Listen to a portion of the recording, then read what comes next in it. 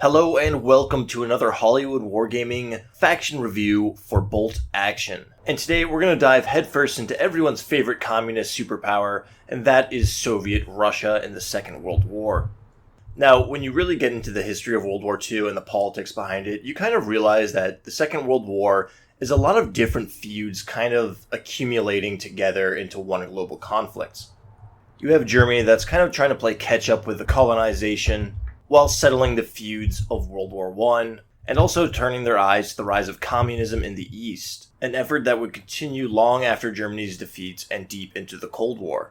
And as many of you may or may not know, World War II for Russia is not known as the Second World War, it is known as the Great Patriotic War, as it is not only the first global conflict to really test Russia's military, it was also an absolute fight for survival, and one that not only resulted in victory, but also catapulted Russia into a major global power. And with that war on the Eastern Front, you get some of the most depraved, desperate, and violent struggles that the world has ever seen. And I think that absolute desperation and that ideological warfare waged between two megalomaniacs makes the Eastern Front an incredibly interesting topic, not just for historians, but also for tabletop wargamers like ourselves. So while people who pick up German armies in Bolt Action have a lot of flexibility as to what theater they're going to play in, if you pick up Soviets, you know exactly which part of the war you're going to be fighting. And even though some of the Russian kits are lagging a little bit behind in quality and representation by Warlord Games, we do have the Stalingrad book right around the corner, and I do think the Soviets are a pretty fascinating primary faction for people to pick up. But let's go ahead and get on with this review. As always, it is broken down into 4 categories, scoring to a maximum of 50 points. And first we'll be looking at the faction traits or army special rules as they're known in the book. And in this category, each of the 4 faction traits are going to score 0 to 5 points for a total of 20 points. After that, we're going to move on to unit variety, and this is basically the diversity of units that you can take. And again, it's broken down into 4 categories, scoring 0 to 5 points. The first being infantry, your main boots on the ground force. The second being support units. This is going to be artillery, mortars, special weapons, supporting things that aren't small arms necessarily, but are still manned by infantry. Next, we're going to move on to support vehicles. This is going to be things like wheeled vehicles, recce vehicles, transports, armored cars, things of that sort. And next, the last category, we have, of course, tanks. And then we're on to the 2 minor scoring categories, which is flavor and balance. Flavor representing the historical and sometimes more post-war narrative representation of the army and how they work on the battlefield. Does it represent that nation at the time? Does it represent the kind of mythos around them? And is it reflected on the tabletop? After that, we have balance, and this is basically the fun factor scale. Scoring on a rank of 0 to 5 like the previous category, you're going to lose points in balance if you're too overpowered or if you're just too weak and every fight feels like an uphill battle. A perfectly balanced force that is fun to play but not crushing towards your enemies is going to score a 5 out of 5 here. But anything beyond that is going to be docking points.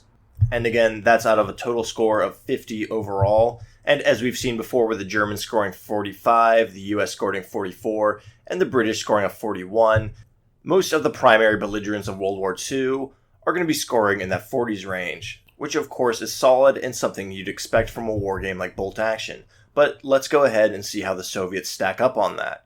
And of course, in the first big category, we have the faction traits. The first of which being the Great Patriotic War. Now, what this rule is going to allow you to do, it's going to allow a Soviet player to re-roll failed morale checks when the unit would be destroyed. So keep in mind that's not re-rolling order checks, which would be extremely powerful. It's just re-rolling morale checks. And a morale check occurs when a unit is down to half strength. They need to test on their leadership, apply the modifiers from pins, and then if they pass the leadership test, they stay in the field. If they fail it, they run off and are effectively deleted from the game. Now, this rule basically applies to all infantry units, no tank crews or armored vehicle crews, but it does apply to HQ, infantry, support units, artillery, things of the like. And I want to put a special emphasis on HQ units and artillery units because they are usually small squads as it is, and they will often have to test morale upon being hit by their first round. I've had many games where a weapons team is hit by a high explosive, loses 2 men and receives a pin, and then I roll an 11 for that dreaded morale test, and then they go running off the table. This is going to prevent that from happening and give a lot more survivability to your small man squads, which the Soviets do have quite a few of. And it also definitely has its uses with regular infantry when they lose 6 men or 5 men and get down to that half-unit threshold. Even if they have a ton of pins on them, there's a good chance that you're going to be able to keep them alive here. And keeping units alive and keeping order dice in your bag will help with board control. Overall, I think this trait is a bit like modern communications, where it might not seem that exciting when you first read it, but it's definitely something that plays into the core mechanics of the game and will help you out again and again and again as you play Soviets. That being said, while morale checks like this do come up, it's not the most common occurrence. So overall, the Great Patriotic War trait is going to grant the Soviets a 4 out of 5 points on their first faction trait. Now after that, we have quantity is a quality of its own, which is a quote that is often, and I think erroneously, attributed to Joseph Stalin. And it's the first of a few rules that we're going to see that definitely play into that post-war enemy at the gates narrative of Russians shooting their own guys as they start to run away. It's a little exaggerated, but for this faction trait, I think more so in name alone than how it actually plays. Basically, this rule is going to give you a free rifle squad, which is an inexperienced squad of men that can be up to 12 models. And most importantly, they also have the green special rule, so there is a chance that they can be fully upgraded to regular squad once they start taking damage. Now, the ruling for this rule also lets them take every upgrade option possible, but unfortunately, the only upgrade they can take is anti-tank grenades in the form of Molotov cocktails. But that being said, it's free, so why not take them? The fact that this unit can also take 12 men in it and has the green special rule makes them pretty hardy. They're definitely not going to be a part of the backbone of your army, but much like the artillery observer, an extra order dice is very welcome. However, I will say this unit has nowhere near as much utility as the artillery officer, so the quantity has a quality of its own. Special army trait is going to be scoring the Soviets 4 out of 5 points. And after that, we have the not one step back, or the Nishagunizad Order 227 national trait. And this is definitely one that's going to make historical players, or Russians in general, roll their eyes a little bit. It's basically the summary execution commissar rule. And it doesn't play out that different in bolt action than it would in Warhammer 40k, funnily enough. But for this special rule, a Soviet unit that's within 6 inches of a commissar unit, upon failing an orders test, removes one of their models and can reroll the order test. This basically represents the commissar executing the dissident voice inside the units and forcing them to get back into the fight. Now, being able to reroll a failed orders test is very good in bolt action, and sure, it costs you a model, but your big Soviet squads of 12 men, who are often green, aren't going to be too worried about that. But the major shortcoming of this one is that it does require you to be in a 6-inch bubble of a specific officer unit that you have to buy on his own. And one would kind of think that this is a rule that would show up in his special rules rather than as a faction national trait. That being said, it's still very potent, so we're going to give this one a 3 out of 5. And lastly, we're going to have massed batteries for the Soviets. And much like the British special rule regarding artillery, I don't think this one does a great job of representing the nationality at the time, as this was pretty much a huge accepted part of military doctrine leading into World War II. And the Russians weren't particularly unique in this regard, as we see the rule show up in the British and the French army also. That complaint aside, this one sort of does fix the problem with the British artillery observer that I mentioned in the British review, where instead of a free unit that would always be an auto-include for the artillery officer, I'd much rather have a better artillery officer, and that's exactly what mass batteries gives to the Soviets. So when you do call your artillery strike in, you have a 6-inch bubble in which everything is going to be hit, but you also roll a d6 and add that number you roll to the range of the artillery blast. So your artillery officer's strike has a potential to range from 7 to 12 inches. And what this ability allows you to do is to roll an extra dice and pick the highest when determining the blast radius for your artillery shells. Now that's pretty significant. And it's definitely going to help you out more so than a very similar rule, which is the British bombardment ability, because you're going to have a lot more control as to whether you do or don't get to use it.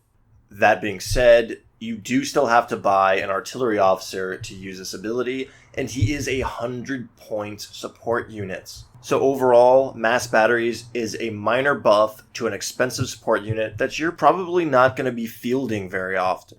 So mass batteries is only going to rack in 2 out of 5 points.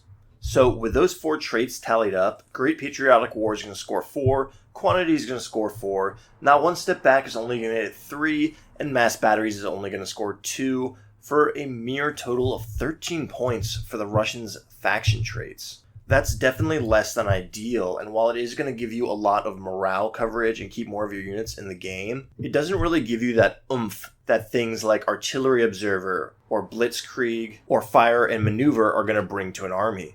But the Russians do have an ace up their sleeve to bring them out of the red in this category, and that is the fact that their platoons are going to have additional slots for the anti-tank category. And while those extra slots for the US being able to have more MMG teams only rate in the US plus 1 point on their faction traits, the Soviets are going to get a plus 3 for having these extra AT slots, because this is really going to give you a lot of flexibility in list building more so than more machine guns would. Being able to layer on that much soft anti-tank counters into one platoon is going to mean that you're not going to be hard-pressed to dedicate your tank slot or your armored car slot into that hard anti-tank role that most other factions are forced to dedicate them to. And yes, I know things like anti-tank rifles aren't particularly good, but they are very cheap and they will help pad out your dice pool. And I genuinely do believe that having these 3 anti-tank slots in a platoon add a lot of appeal to the Russian faction. And as an Afrika Korps and British 8th Army player, I am very used to using soft anti-tank counters, and I think they don't work unless fielded in numbers. So the Soviets are going to score a plus 3 due to this, bringing them from a lackluster 13 points for the faction traits category to a satisfactory 16 out of 20. Again, not great, especially on the heels of the United States, but still solid. But let's go ahead and move along and take a look at the Soviet Union's unit variety. Again, this category is broken down into 4 parts: infantry, support units, support vehicles, and tanks, each being worth up to 5 points to a total of 20. And right off the bat, we have infantry. And the Soviets, I'm going to go ahead and just say it, they're scoring a solid 5 here. They match, if not outdo, the British with infantry options. Not only do they have a fantastic representation of inexperienced cheap units that still have some good utility, they have a ton of veterans with a variety of equipment that they can slap on. You get the humble rifle squad, the partisans, the Strafbots that can be downgraded to shirkers for ultra cheap infantry. You get very flexible regular infantry like the NKVD squads and the Guard squads. You get naval squads, you get airborne squads, you get Siberian veterans, designated LMG squads, SMG squads, tank riders, and of course my favorite, the assault engineers, which basically have an upgrade to their toughness, very unique to the Soviet army, and you don't see that from other factions. 100% a 5 out of 5 for Soviets in the infantry category. But let's see if those infantry have enough backup and move on to the support units category. Now, I'm going to go ahead and lump in some HQ units this time, because this is the first army where we start to see unique HQ units. And the Russians get a political officer here, which we mentioned in the special rules earlier. And they'll be a good investment to counter the effects of taking a relatively green or inexperienced army. Definitely not a must-take, but I think the Russians deserve points for that, and it's going to be thrown in with the infantry support category. Beyond that, we have all of the artillery and mortars that you would expect, along with the machine guns, heavy mortars. Lots of items with good utility, but we also have a ton of unique units in this field also, with things like bomb dogs, which might not be practical or historical, but it's great that they're there as an option. We get Molotov launchers. We get anti-tank teams that can make use of German Panzerfaust. Absolutely fantastic. Maybe better use of the Panzerfaust than the Germans get in their own faction. For artillery, we get incredibly diverse weapons like the ZIS-3 that can fire as an AT gun or a howitzer. It's basically an upgraded version of the British 25-pounder. There's no question about it, the Russians again score a 5 out of 5 in this category. Not only do they have the boots on the ground, they're also going to have the big guns to back them up. And I think you're going to make good use of the artillery slot and anti-tank slot when you're building Soviet lists. Next, we're moving on to support vehicles, and this is the combo breaker for the Soviets. Unfortunately, they are definitely lacking this category, but not nearly as much as the United States. They still have a decent representation of wheeled vehicles, transports, and Lend-Lease is going to help that out a little bit. Because yes, Soviets get access to the legendary Bren carrier. On top of that, you're going to have some Lend-Lease half-tracks. You have the Jeeps, of course, but you're also going to get some cool things like the BA series armored cars. Now, the regular BA-64 is a little lackluster with just a light machine gun and a 7+ armor. A little overcosted for what it is, but you're going to get some pretty sweet recce vehicles like the BA-10 that's going to have a heavier anti-tank gun and put out more firepower. Now, if we look in the tank slot, we do have a few wheeled vehicles in there also, although they're going to rack up a few less points for them just because they do have to compete with tanks for that slot. But the Katusha is there, absolutely legendary vehicle. Not quite as good as something like the Stuka zu Fuss because you don't have that 7+ armor, it's still soft skin. Why not just take rockets on foot, you know? Still something to be considered. The Soviets have okay representation in the support vehicles role, but it's definitely the most lacking out of all their choices, so they're going to be scoring a 3 out of 5 here. Not great, but definitely more variables than the United States. Next, we move on to the big category of tanks. And while people usually don't think of quality when it comes to Russian armor, we do have to remember that Russia kind of was at the forefront of armor development into the interwar period and leading into World War II. They definitely took part in the Spanish Civil War and were testing out the BT prototypes there with great effect against the Panzer I models. And even when the Germans tore into Russia, the Soviets had heavy tanks like the KV line that were quite intimidating even if used improperly. And right up to the end of the war, the Soviets were developing new technologies in tanks with the Stalin series. They also experimented and innovated with assault tanks much like the German Stugs and Jagdpanzers, and had a lot of hull cast mounted weapons on various model tanks. So believe me when I say that the Soviets have great choices of armor in bolt action. You have some fantastic early war tanks that strap machine guns on relatively fragile hulls, but in bolt action, having those cheap tanks that can fight infantry like that are quite nice and can really crank out the damage. Especially when you look at vehicles like the T-28 medium tank that's going to have a light howitzer and 2 turreted machine guns. That is just absolutely lethal. And vehicles like the T-34 or KV line are going to give you some of those more sturdy, reliable, sound, medium-heavy tanks that match firepower with their armor scale. Of course, I need to mention the KV-2 that sports a heavy howitzer. Heavy howitzers are maybe the best weapons to have in bolt action right now, and they basically delete infantry units upon hitting them. It's a fantastic vehicle to bring, if not a little top-heavy on the points, and probably a little top-heavy on the tank itself, too. Have you seen the top of that thing? No wonder they call it Stalin's fridge. But fortunately, Russians love their howitzers, and you're going to see a lot of support guns like the ISU line and even some of the IS tanks sporting those high caliber howitzers that are going to really pack a punch against infantry. You also have a variety of flamethrower tanks and of course Lend-Lease tanks also. In fact, I think Soviets make the best use of Lend-Lease where you get British and American tanks. So not only are you getting the best of the US tanks and the British tanks, you're also getting a very respectable line of tanks that the Soviets produce themselves. Stark contrast to the British with their embarrassing Crusader tanks. So it's without a doubt that I'm giving the Soviets a 5 out of 5 for the tank category. Again, a very respectable score, and that's going to rake in 18 out of 20 points for the unit variety of the Soviet faction. Now, seriously, take note here that the Soviets scored 5 out of 5 in 3 categories of unit variety. The only one they came up short in is the support vehicles, which I think you're going to see a lot of other nations from here on out coming up short in. It's not a big category, and I don't think anyone capitalizes on it as much as the Germans.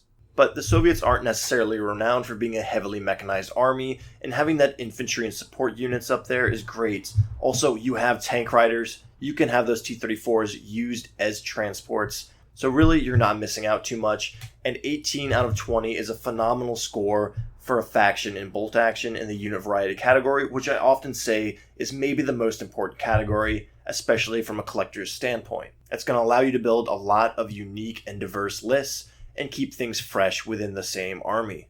But with the 2 big categories down, let's move on to the 2 minor, the first of which being flavor. And like I said in my German review, I don't really dock points for this for kind of leaning into that post-war narrative. Sure, it can be a little cheesy and it's not the most historical thing, but Bolt Action is not the most historical war game.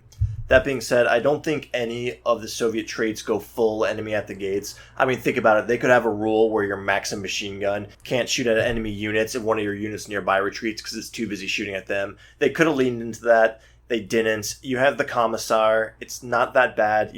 Let's be real. The purges were a thing. And I think for the most part, Bolt Action rules tend to kind of ride that post-war narrative mythos along with historical accuracy on a pretty favorable level. And that is no exception with the Soviets. I think this army not only has a beautifully diverse amount of units to take that are effective on the tabletop, but it also has some good rules that represents a sort of patriotic and desperate army fighting a war based on ideological annihilation. So in this category, the Russians are scoring a solid 5 out of 5 points. But let's move on to balance, and here I think the Soviets are almost perfectly balanced once again. They have no national traits that are particularly powerful, but they're all somewhat useful. They have potent options for infantry, but nothing that gets too cheesy like Gurkhas, and the same goes for their tanks and other units. And here it's a no-brainer. The Soviets are scoring a solid 5 out of 5 yet again. And with this many categories scoring 5 out of 5, I think you guys can tell that despite their shortcomings, I have a lot of respect for the Soviet faction in Bolt Action. But let's go ahead and tally up their points and see how they stack up. In faction traits, their most middling category, they had a solid 16 out of 20. Again, not fantastic for a main belligerent of World War II, but saved by their extra platoon slots to get a decent score of 16 out of 20. Next, we move on to unit variety, where they scored almost perfectly except for the category of support vehicles, and that's going to give them an 18 out of 20. And of course, in our two minor categories, they scored 5 out of 5 twice, bringing the Soviets' total to 44 out of 50 points. That brings them right in line with the United States score and just 1 point behind the Germans. And I think that's exactly where the Soviet faction deserves to sit in Bolt Action. I don't think they're quite as powerful as the US, but I think they have a lot more unit diversity and flavor to them when it comes from a collection and list building standpoint.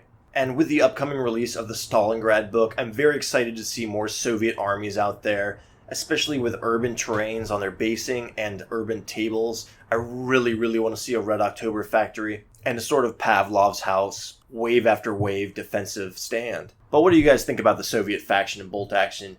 Do you think the rules are a little too much enemy at the gates, or do you think that's right in line with them and it makes for a fun game? Do you think they deserve to sit up there right alongside the United States and right there with the Germans? Personally, I do, but I also like those weird unique lists and all those variations you can take with them. Maybe it's not the most competitive.